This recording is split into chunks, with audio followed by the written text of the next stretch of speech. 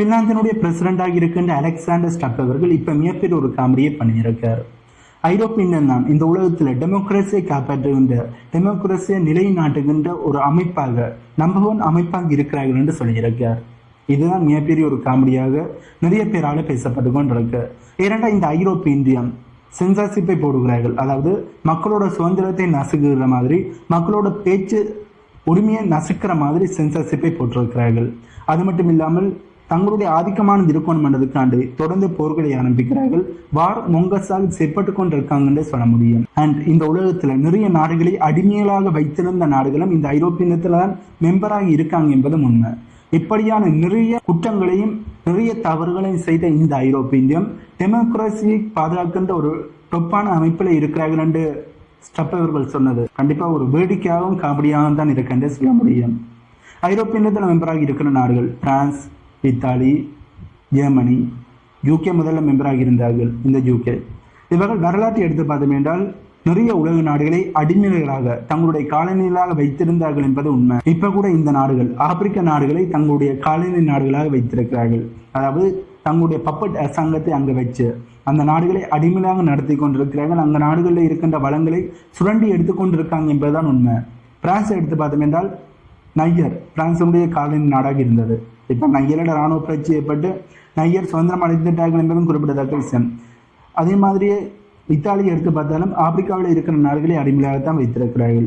ஆகவே இப்படி மற்ற நாடுகளை அடிமையாக வைத்திருக்கின்ற நாடுகள் இருக்கின்ற அமைப்பு எப்படி டெமோக்ரஸியை பாதுகாக்கிறார்கள் என்று சொல்ல முடியும். அது மட்டும் இல்லாமல் மக்களோட பேச்சு சுதந்திரத்தை நசுக்குகிறார்கள். தங்களுக்கு என்ன தோணுதோ அதனை சொல்வதற்கான உரிமை ஐரோப்பிய மெம்பராக இருக்கிற நாடுகளில் இருக்கிற மக்களுக்கு இல்லை. யூகேவை எடுத்து பார்த்தோம் என்றால் யூகேவில் தாங்கள் நினைச்சதை மக்கள் பேச முடியாது. அப்படி தவறான வார்த்தைகளை பேசினால் அவர்களை பிடித்து சிறையில் அடைத்து விடுவார்கள். இதே மாதிரி தான் ஐரோப்பிய இடத்துல ரஷ்யாவுக்கு ஆதரவான கருத்தை யாருமே சொல்ல முடியாது. அப்படி சொன்னால் அவர்களுக்கு எதிரான வழக்குகள் பாயும், அவர்களை சிறையில் அடைப்பார்கள். ஆகவே ஐரோப்பிய இந்தியம் டெமோக்ரஸிக்கு எதிராக செயற்பட்டு அவர்கள் தான் டெமோக்ரஸியை பாதுகாக்கின்ற டொப்பான அமைப்பில் இருக்கிறார்கள் என்று சொல்வது முட்டாள்தனமாக இருக்கு. இந்த முட்டாள்தனமான கருத்தை தான் பின்லாந்தினுடைய பிரசிடண்டாக இருக்கின்ற அலெக்சாண்டர் ஸ்டப் அவர்கள் சொல்லியிருக்கார் என்று சொல்ல முடியும். அவர் சொன்ன கருத்தை பற்றி உங்களுடைய கருத்துக்களை மறக்காம கீழே கமெண்ட் பண்ணுங்க. அப்படி நாங்கள் இஸ்ரேலுக்கு அருகிலே இருக்கின்ற சிரியா பக்கம் போனோம் என்றால் சிரியாவிலும் இப்போது பிரச்சனையானது பூதாகரமாக வெடிச்சிருக்கு. சிரியா பற்றி நிறைய விஷயங்கள் வெளியே வருது, ஒன்றாக பார்ப்போம். இப்போ சிரியாவோட அல்ஜுலானியுடைய கேங்குக்கும் லெபனானோட இராணுவத்துக்கும் இடையில லெபனான் சிரியா போர்டர்ல வச்சு கிளாஸ் ஆனது எப்படி ஆரம்பிச்சிருக்கு என்ற செய்திகள் வெளியே வந்திருக்கு. அதாவது இரண்டு தரப்புகளுமே மாற்றி அடிப்படை ஆரம்பிச்சிருக்காங்க. ஏற்கனவே இந்த சிரியாவுக்கு தான் இஸ்ரேல் தரப்பிலிருந்து நிறைய பகுதியில் கைப்பற்றியிருக்கிறார்கள். கைப்பற்றியது மட்டும் இல்லாமல் சிரியாவோட கைப்பற்றப்பட்ட பகுதியில் இஸ்ரேல் தரப்பிலிருந்து தங்களுடைய கணுக்கா விழாவை கொண்டாடி இருக்கிறார்கள் என்ற செய்திகளும் வெளியே வந்திருக்கு. அதாவது வேறொரு நாட்டினுடைய பகுதியில் பிடிச்சது மட்டுமில்லை, அங்கே தங்களுடைய பெருமை மிக்க விழாவை கொண்டாடி இருக்கிறார்கள். ஆனால் அந்த கைப்பற்றப்பட்ட பகுதியிலும் கிறிஸ்தவர்களுக்கு முக்கியமான பகுதியில் என்று சொல்லப்படுகின்றது. அந்த பகுதியில் தான் இஸ்ரேல் இப்படி சம்பவத்தை செஞ்சிருக்காங்க என்று சொல்ல முடியும். இப்படி இருக்கல இதனை தட்டி கேட்கறதுக்கு ஜுலானி அவர்களுக்கு தைரியம் இல்லை. இதனை அனைத்தையுமே ஜுலானி அவர்கள் வேடிக்கை பார்த்துட்டு சும்மா இருக்கிற லெபனானுக்கு எதிரான போரை ஆரம்பிப்பதற்காண்டி லெபனானோட இராணுவத்துக்கு எதிரான நடவடிக்கையில் ஈடுபட்டு கொண்டிருக்கு. இஸ்ரேல் சிரியாவுக்கு இருக்கின்ற பல பகுதியில் கைப்பற்றிட்டார்கள். முக்கியமான நிறைய பகுதியில் இஸ்ரேலோட கட்டுப்பாட்டுக்கு போய் கொண்டிருக்கு. அதுக்கு எதிராக எந்த ஒரு நடவடிக்கையிலும் ஈடுபடாமல் அதனை சிரியாவோட அரசாங்கம் வேடிக்கை பார்த்து கொண்டு இருந்துட்டு தேவையில்லாமல் லெபனானுக்கு எதிரான உருண்டை இழுப்பது பல பேரால பேசுபொருளாக மாறி இருக்கு என்று சொல்ல முடியும்.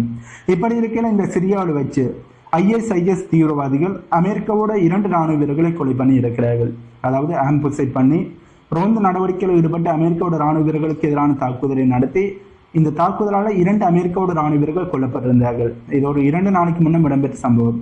இப்படி இந்த தாக்குதலானது இடம்பெற்ற பிறகு அமெரிக்காவோட பிரசிடண்டாக இருக்கிற டொனால்ட் ட்ரம்ப் அவர்கள் இப்ப சிரியாவில் இதற்கான பதிலடியை நாங்கள் கொடுத்தே தீர்வோம் என்று சொல்லியிருக்கார். சிரியாவில் இருக்கின்ற ISIS தீவிரவாதிகளை உருவாக்கியது அமெரிக்காவோட பராக் ஒபாமாவினுடைய அரசாங்கம் தான் என்று இதே ட்ரம்ப் அவர்கள் ஒரு இன்டர்வியூல சொல்லியிருக்கார் என்பதும் குறிப்பிடத்தக்க விஷயம். இப்படி அமெரிக்காவை இந்த ISIS தீவிரவாதிகள் உருவாக்கி இருக்கிறார்கள். இந்த ISIS தீவிரவாதிகள் தாக்குதலை நடத்தி அமெரிக்காவோட ராணுவ வீரர்களை கொல்லப்பட்டிருக்கிறார்கள் என்பது ஆச்சரியமாகத்தான் இருக்கு. அது மட்டும் இல்லாமல் இந்த ISIS தீவிரவாதிகள் இஸ்ரேலுக்கு எதிரான எந்த ஒரு தாக்குதலையும் செய்ததே இல்லை. இதுவும் ISIS தீவிரவாதிகளை உருவாக்கியது அமெரிக்காவும் இஸ்ரேலும் என்ற நிறைய கருத்துக்களை மக்கள் மத்தியில் பரப்பி இருக்குன்னு சொல்ல முடியும். ஏனென்றால் இந்த ISIS தீவிரவாதிகள் அரபுலக நாடுகளில் நிறைய நாடுகளில் தீவிரவாத தாக்குதலை மேற்கொண்டிருக்கிறார்கள். உலக நாடுகளில் நிறைய நாடுகளில் தீவிரவாத தாக்குதலை மேற்கொண்டிருக்கிறார்கள். பட் இஸ்ரேலுக்கு எதிரான எந்த ஒரு தாக்குதலை கூட இவர்கள் செய்ததே இல்லை. யார் உருவாக்கினார்களோ அவர்களுக்கு எதிரான தாக்குதலை தான் செய்ய மாட்டார்கள். ஆகவே இதற்கு பின்னாடி இஸ்ரேலும் அமெரிக்காவும் இருக்கிறார்கள் என்பது தெளிவாகவே தெரியுது. இப்ப சிரியாவில் மறுபடியும் ISIS தீவிரவாதிகள் தலைதூக்கி இருக்கிறார்கள். இதனால 2 ராணுவ வீரர்கள், அமெரிக்காவோட ராணுவ வீரர்கள் கொல்லப்பட்டிருக்கிறார்கள் என்று செய்திகள் வெளிவந்த உடனே அமெரிக்கா மறுபடியும் சிரியாவில் தங்களுடைய போக்கஸை செலுத்த போறாங்க, மிக பெருசாக களமிறங்க போறாங்க என்பது தெளிவாக தெரியுது. அமெரிக்காவோட ராணுவ வீரர்கள் சிரியாவிலிருந்து வெளியேறுவார்கள் என்றுதான் சொல்லப்பட்டது. ட்ரம்ப் அவர்களும் திரும்ப அமெரிக்காவோட ராணுவ வீரர்களை எடுக்க போறேன் என்று தான் சொல்லியிருந்தார். ஆனா இப்ப இந்த சம்பவத்தை வச்சு ட்ரம்ப் அவர்கள் மறுபடியும் சிரியாவில் தன்னுடைய போக்கஸை மிக பெருசாக செலுத்த போறார் என்பது தெளிவாக தெரியுது. இப்படி இருக்கிற அமெரிக்காவோட செனட்டராக இருக்கின்ற ரேண்ட் பவுல் அவர்கள் அமெரிக்காவோட ராணுவ வீரர்களுக்கு எதிராக மேற்கொண்ட இந்த தாக்குதலுக்கு பிறகு சிரியாவில் அமெரிக்காவோட ராணுவ வீரர்கள் இருக்கக்கூடாது, அவர்களை முழுமையாக திரும்ப எடுத்துக்கொள்ளணும் என்று தன்னுடைய கருத்துக்களை சொல்லியிருக்கார்.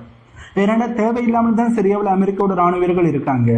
ஏன்னா இப்ப அசாத்தோட அரசாங்கம் கவுக்கப்பட்டுடுது. அசத் அவர்கள் இப்ப சிரியாவோட அரசாங்கமாக இல்லை, இப்ப அல்குலானி அவர்கள் அரசாங்கமாக வந்துட்டார். அண்ட் அல்குலானி அவர்கள் அமெரிக்காவோட நட்புறவைத்தான் பண்ணிக்கொண்டிருக்கார், நட்புறவாகத்தான் நடந்து கொண்டிருக்கார். ஆகவே இனியும் என்னத்துக்கு அமெரிக்காவோட ராணுவ வீரர்கள் சிரியாவில் இருக்கணும், அவர்கள் வெளியேறலாம் தானே, இனி தேவையே இல்லை.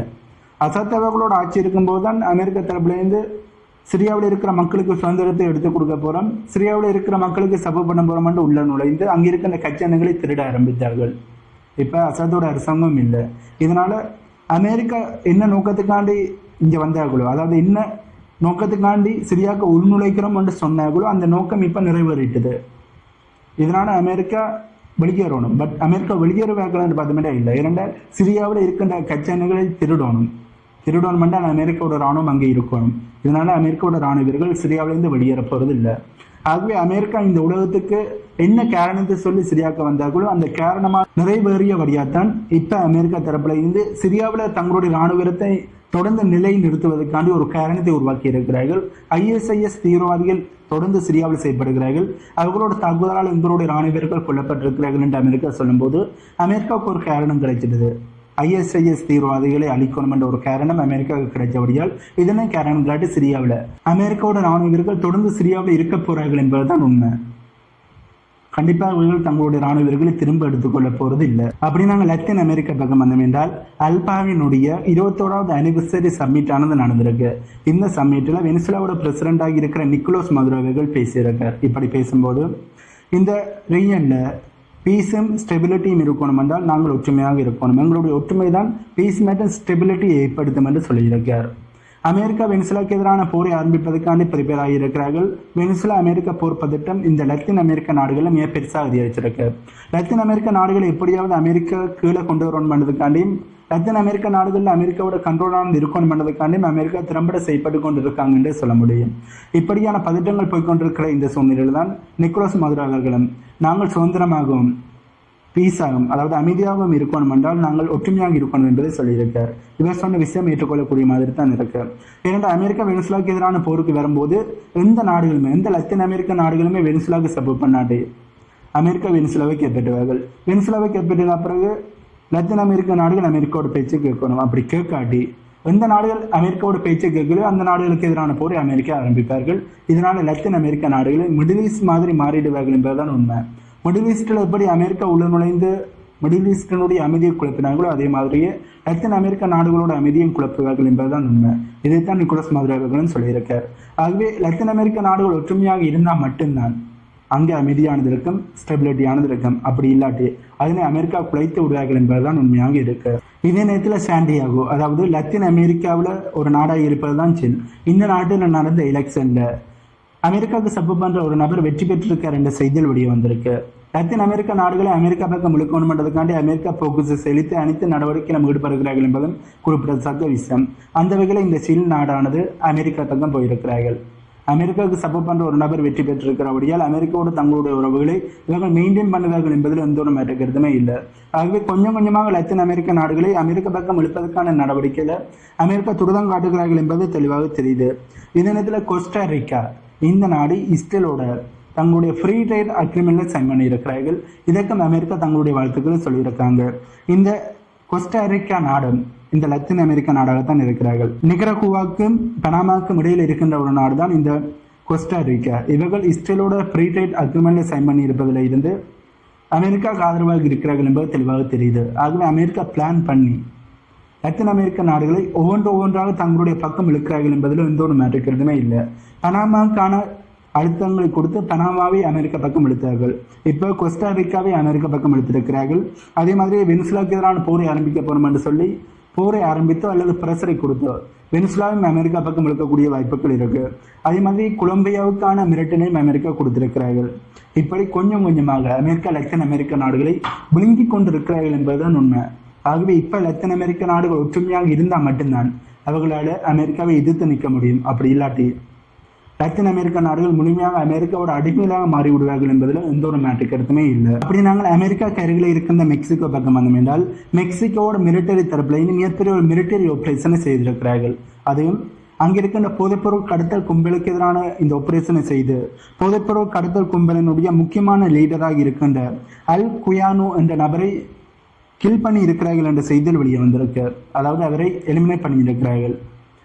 போதைப்பொருள் கடத்தல் கும்பலினுடைய முக்கியமான தலைவர் என்று சொல்லப்படுகின்றது. நிறைய தலைவர்கள் இருக்கிறார்கள். அதில் ஒரு முக்கியமான தலைவரை தான் இப்போது மெக்சிகோவினுடைய ராணுவ தரப்பிலிருந்து எலிமினேட் பண்ணியிருக்கிறார்கள்.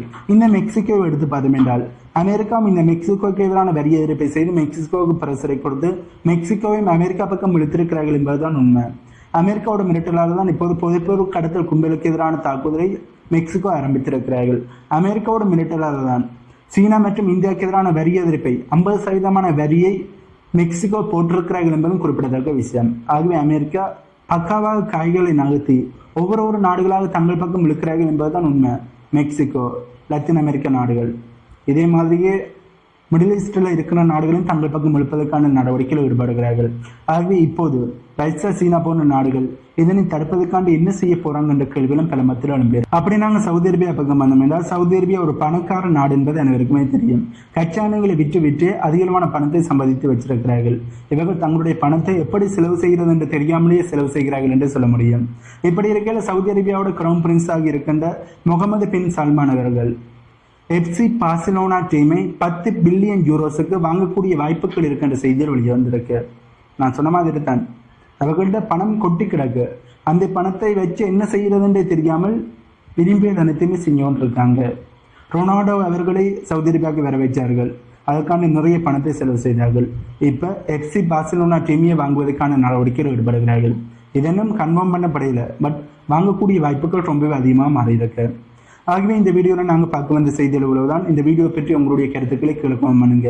அண்ட் நம்ம சேனலை சப்ஸ்கிரைப் பண்ணி பக்கத்துக்கு பெல்லைக்கான கிளிக் பண்ணி வைங்க.